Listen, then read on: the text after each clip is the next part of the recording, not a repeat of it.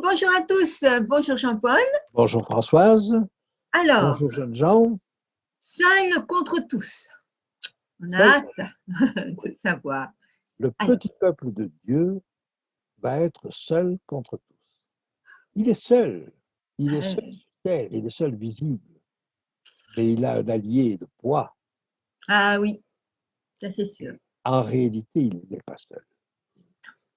Alors, je vous propose que nous relisions à partir du verset 14 et que nous reprenions avec ces esprits de démons dont on a parlé la dernière fois. D'accord. Verset 14, chapitre 16. Car ce sont des esprits de démons qui font des prodiges et qui vont vers les rois de toute la terre afin de les rassembler pour le combat du grand jour du Dieu Tout-Puissant. Voici, je viens comme un voleur. Heureux celui qui veille et qui garde ses vêtements afin qu'il ne marche pas nu et qu'on ne voit pas sa honte. Ils les rassemblèrent dans un lieu appelé en hébreu Armageddon. Ce sont des esprits de démons. Ça, on en a parlé. Ce sont des esprits mensongers. Et vous savez, le mensonge est d'autant plus crédible qu'il y a une grande part de vérité. Ah. Alors, dedans. Donc, il faut se méfier de ces messages qui sont vrais à 90% et qui sont faux à 10%. Et qui sont fausses. Ouais. Il faut faire le Alors, tri. il faut faire le tri. Il faut être très clairvoyant. Alors, ce sont des esprits de démons qui font des prodiges. Oui, en Le plus. mot employé là, c'est séméion, c'est-à-dire qu'ils font des choses étonnantes. Des miracles. Séméion, parfois, on le traduit par miracle. Ils font des miracles. C'est-à-dire qu'ils paraissent avoir une spiritualité extraordinaire et on a l'impression que c'est Dieu qui les accompagne. Oui, c'est ça. Et ça, c'est difficile. Mais ça met l'occasion, au passage, de vous dire le miracle n'est pas la preuve que ça vient de Dieu. Il y a des miracles qui ne viennent pas de Dieu. Ah bah, bien sûr. Je devrais dire des prodiges qui ne viennent pas de Dieu. Ça n'est pas une preuve. Il y a d'autres preuves de la vérité. C'est la conformité à la parole de Dieu. Un moyen de vérifier un message qui vient de quelque prophète que ce soit, c'est de dire est-ce que c'est conforme à la parole de Dieu. Ça n'est pas de dire est-ce qu'il fait des choses étonnantes. Parce que ça, des choses étonnantes, vous en verrez. Vous en verrez beaucoup. Non. Est-ce qu'il est en accord avec la parole de Dieu? Est-ce qu'il est en accord avec la Bible? Vous avez dans Apocalypse 13 l'exemple de la bête. Elle exerçait toute l'autorité de la première bête, alors c'est au verset 12 et 13. Mais je vous parle de la seconde bête. Elle exerçait toute l'autorité de la première bête en sa présence, et elle faisait que la terre et ses habitants adoraient la première bête dont la blessure mortelle avait été guérie. Et regardez le verset 13. Elle opérait de grands prodiges, c'est le même mot, des miracles, même jusqu'à faire descendre le feu du ciel sur la terre à la vue des hommes. Nous avions vu à cette époque-là ce qu'étaient ces miracles, ce qu'étaient ces prodiges. C'était une fausse pluie de l'esprit. Il y a une vraie pluie de l'esprit, ce feu qui descend du ciel, ces langues de feu qui se sont posées sur les disciples à la Pentecôte. Il y a une vraie pluie de l'esprit. Elle nous est annoncée. Mais il y a une fausse pluie de l'esprit. Elle nous est annoncée aussi. Voyez. Et c'est ça, ces grands prodiges. Ils font de grands prodiges. Alors, il peut y en avoir d'autres. Il peut y avoir des guérisons spectaculaires. Il peut y avoir des manifestations très étonnantes. Mais ne vous laissez pas impressionner. Regardez, est-ce que c'est conforme à la parole de Dieu?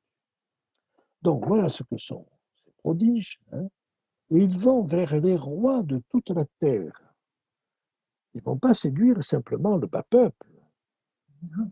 Ils vont séduire les autorités du monde entier. Et les autorités du monde entier vont se réunir. Les peuples vont se réunir. Ils vont se réunir pourquoi? Et c'est là qu'intervient le verset 15. En réalité, ils vont se réunir contre le peuple de Dieu. Ce qui me fait dire cela, c'est ce que nous avons au verset 15. D'abord, le verset 14, il les réunissent pour le combat du grand jour du Dieu Tout-Puissant. Mais comment peuvent-ils combattre le Dieu Tout-Puissant? C'est ça. Ils vont combattre son peuple. Et donc là, ce qui se prépare, c'est la fin. C'est ce combat qui nous est décrit en Apocalypse 19, au retour de Jésus. Donc là, on est très, très près du retour de Jésus. Et voyez que plus on avance dans ces coupes, plus on est près de ce retour. Mais le verset 15 va nous donner une indication supplémentaire. C'est une inclusion. Ce verset 15, c'est une inclusion. C'est un texte qui se trouve jeté dans le texte. Et si on le supprimait, on pourrait lire sans problème cette sixième coupe. Je vais le faire. Hein, je vais vous lire le verset 14 et le verset 16, en sautant le verset 15.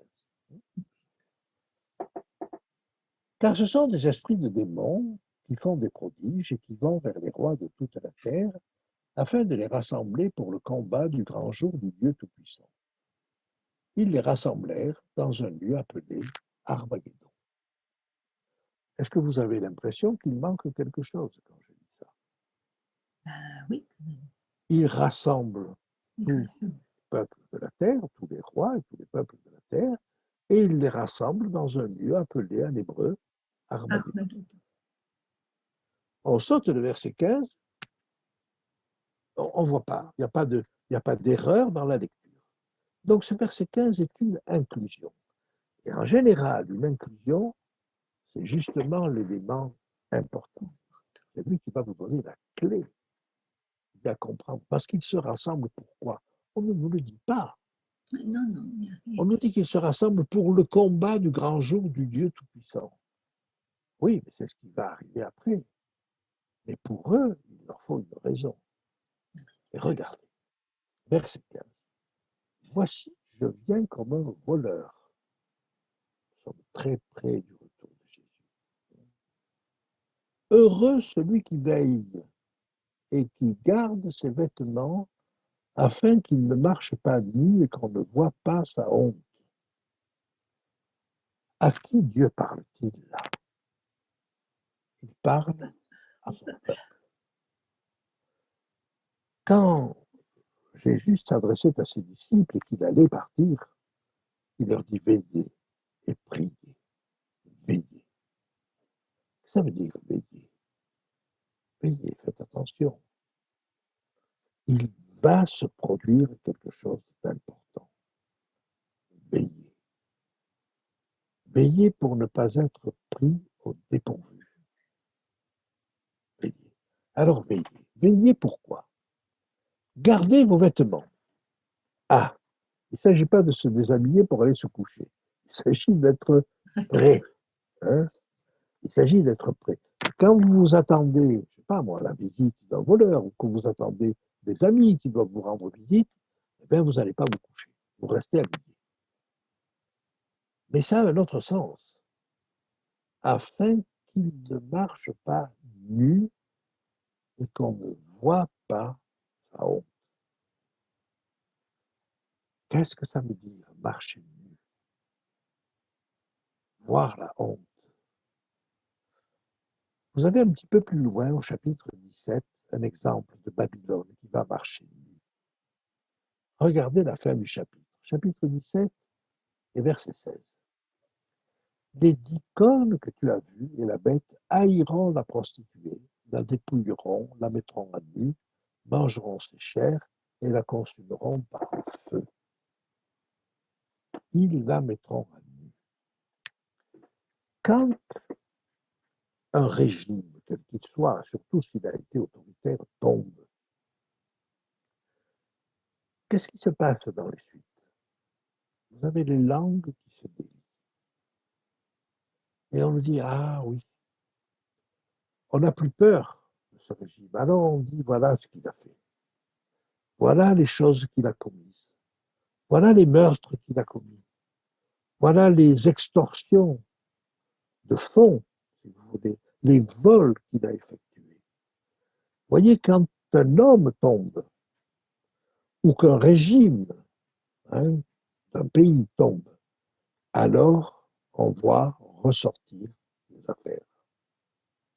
On voit ce qui se passe. Récemment, vous avez des hommes célèbres qui sont tombés. Et à ce moment-là, combien de personnes témoignent qu'elles ont été victimes de ces agissements? Donc, être mis à nu, c'est que son passé est mis à nu. C'est ce qu'on a fait de mal qui est mis à nu. C'est tout le passé, tout le glorieux, et chacun de nous a des choses à se reprocher. Et imaginez qu'à un moment donné, tout ce que vous avez pu faire de mal et que vous avez oublié, parce que ça se perd des années en arrière, tout ça ressort. Et qu'on vous dise, voilà. Et là, vous êtes mis à nu. C'est ça la mise à nu. Et alors, ça n'est pas très glorieux. Et c'est ce que l'ensemble de la population mondiale veut faire au peuple de Dieu. Parce que le peuple de Dieu, il a aussi commis des choses, chacun en particulier, qui n'étaient pas glorieuses. Simplement, il est vêtu comment? Il est vêtu du pardon de Dieu. Il a reconnu ses fautes. Et Dieu le revêt. Dieu lui donne son pardon. Dieu le couvre. Il a fait peut-être aussi mal qu'ont fait les autres. Il a demandé pardon. Et c'est ça. Et ce vêtement-là, on ne peut pas le lui enlever. On ne peut pas. Si vous avez demandé sincèrement pardon à Dieu de fautes que vous avez commises, Dieu vous a accordé son pardon. Et on peut vous le reprocher. Des hommes peuvent se dresser, chercher à vous mettre à nu. Mais vous, devant Dieu, vous n'êtes pas nu. Parce que vous savez que vous avez cru en Dieu et vous savez qu'il vous a pardonné.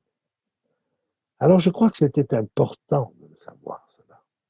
Et la tentative de toute la population mondiale est d'essayer de faire chuter le peuple de Dieu, de le mettre à nu. Mais ils n'y arriveront pas.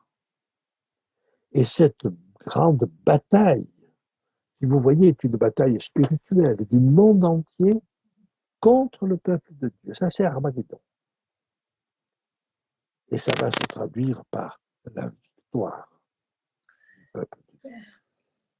Alors voilà ce qu'est cette 6e coupe, vous voyez, un rassemblement universel de toutes les forces coalisées, forces politiques, forces religieuses, forces financières, pour faire chuter le peuple de Dieu.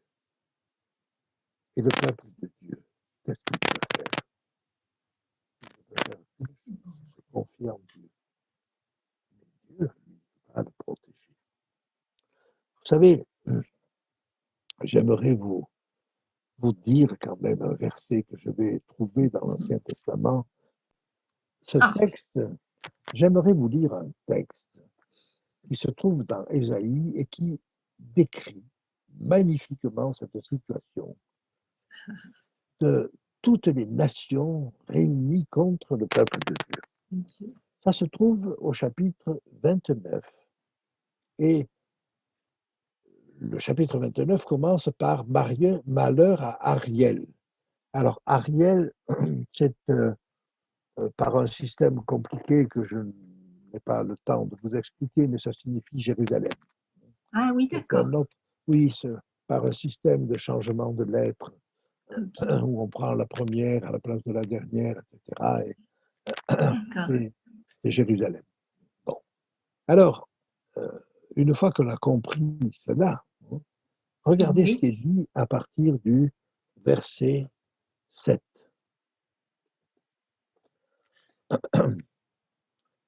Et comme il en est d'un songe, d'une vision nocturne, ainsi en sera-t-il de la multitude des nations qui combattront Ariel. Multitude des nations qui combattent Jérusalem, c'est-à-dire le peuple de Dieu. De tous ceux qui l'attaqueront, elle et sa forteresse, et qui la serreront de près. Comme celui qui a faim rêve qu'il mange, puis s'éveille l'estomac vide. Comme celui qui a soif rêve qu'il boit, puis s'éveille épuisé et languissant. Ainsi en sera-t-il de la multitude des nations qui viendront attaquer la montagne de Sion. Et vous voyez, vous avez la confirmation que la montagne de Sion, c'est bien Jérusalem. Et là, Dieu inspire Ésaïe pour lui dire, eh bien voilà, quand toutes ces nations vont attaquer le peuple de Dieu, elles pensent qu'elles vont en faire une bouchée. Effectivement, qu'est-ce que le peuple de Dieu face à ça? Alors ils rêvent qu'ils vont définitivement détruire ces gens qui les agacent, Voilà, qui sont bêtes, qui ne pensent pas comme eux, qui ne pensent pas comme le reste du monde. Voilà. Vous pensez être quelqu'un qui ne pense pas comme le reste du monde, vous avez raison, mais alors il y a des gens qui n'aiment pas ça. Ils aiment ce qui est normé. Vous voyez, ce qu'il y a des normes. Bon. Et vous ne rentrez pas dans les normes. Et vient un moment où toutes les nations, toutes les forces coalisées chercheront à éliminer le peuple de Dieu, à le faire chuter, à le faire rentrer dans le reste des rangs. Et ils rêvent. Ils rêvent qu'ils vont manger. Et ils se réveillent. Ils ont le ventre vide. Ils rêvent qu'ils vont le boire d'un trait, ce peuple. Et ils se réveillent, l'estomac creux. Le réveil de toutes ces personnes, de ce monde entier coalisé contre le peuple de Dieu, va être douloureux pour eux. Parce qu'ils pensaient que ce serait facile. Ils pensaient qu'ils en viendraient à bout. Ils pensaient que ce serait là la solution de tous leurs problèmes. Et maintenant, ils vont se réveiller en se rendant compte qu'en réalité, c'est le peuple de Dieu qui est défendu par Dieu. Voilà. Voilà ce que nous dit ce texte d'Ésaïe. Et je trouve qu'il est saisissant. Oui, tout à fait.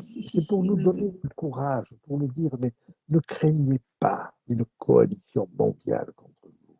Ne craignez pas. Parce que si Dieu est avec vous, alors ce sont ceux qui vous attaquent qui seront déçus. Ce sont de très belles paroles pour terminer, eh bien voilà, sur cette coupe. En attendant la suite, eh bien, merci beaucoup Jean-Paul pour tout cela, pour tout ce que vous nous apportez et nous avons hâte de vous écouter de nouveau. À bientôt. À bientôt. Au revoir.